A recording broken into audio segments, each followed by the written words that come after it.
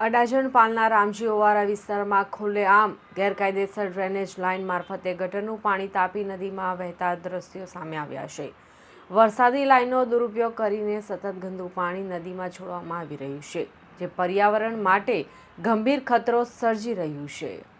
સ્થાનિક લોકો દ્વારા વારંવાર ફરિયાદો કરવા છતાં તંત્ર દ્વારા કોઈ નક્કર કાર્યવાહી કરવામાં આવી નથી, જેના કારણે તંત્રની કામગીરી સામે અનેક સવાલો ઊભા થયા છે। દક્ષિણ ગુજરાતની જીવાદોરી સમાન તાપી નદી આજે પ્રદૂષણની ચપેટમાં આવી રહી છે। આ સમગ્ર મામલે ભાજપના કાર્યકર્તાઓએ સ્થળ પર પહોંચીને તંત્રની પોલ ખોલી છે અને જવાબદાર અધિકારીઓ સામે સવાલો ઉઠાવ્યા છે। પ્રદૂષણ મુદ્દે પાલિકા અધિકારીઓ સામે જન આક્રોશ ભભૂકી ઉઠ્યો છે।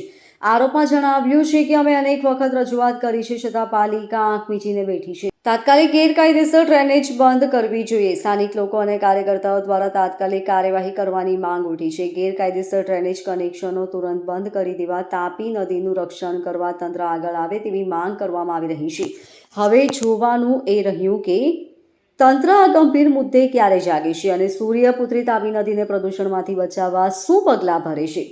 તાપીનું પાણી સુરત મહાનગરપાલિકા તાપી માટામાં ગંદુ પાણી વેવરાવે છે, એવું અહીંયાથી ચોક્કસ ફલિત થાય છે। એનું કારણ છે કે આ ગંદુ પાણી આવે ક્યાંથી? બીજેથી।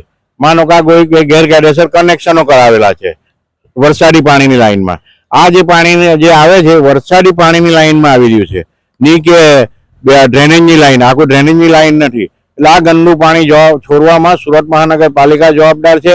તાપી માટાને દૂષિત કરી રહ્યા છે। એક બાજુ તાપી માટાનું શુદ્ધિકરણની વાતો છે ને બીજી બાજુ આગ ધંધો થઈ રહ્યો છે। રમેશભાઈ, લાખો કરોડો રૂપિયાના ટેન્ડર ફળવાયા તાપી શુદ્ધિકરણ માટે, પરંતુ આની વાસ્તવિકતા કંઈક અલગ જ છે। અત્યારે હાલત એવી છે કે અધિકારીઓનું રાજ થઈ ગયું છે અને પોતાની મનસ્વી રીતે કામગીરી કરી રહ્યા છે। આજે સમાજને હું પણ આજે જે તાપી માટા છે, માનો કે એનું નામ દેવાથી માણસ પણ પુણ્યવર એનું થઈ જતું હોય, તો એની અંદર આ ગંદુ પાણી છોડવાથી આ જવાબદાર અધિકારીઓના છે કોઈ નહીં કરી શકે। રમેશભાઈ, સ્ટ્રોમ ડ્રેનેજની લાઈન છે એમાં આ ગંદુ પાણી તાપી નદીમાંથી છોડવું કેટલું યોગ્ય કહેવાય? બિલકુલ અયોગ્ય છે।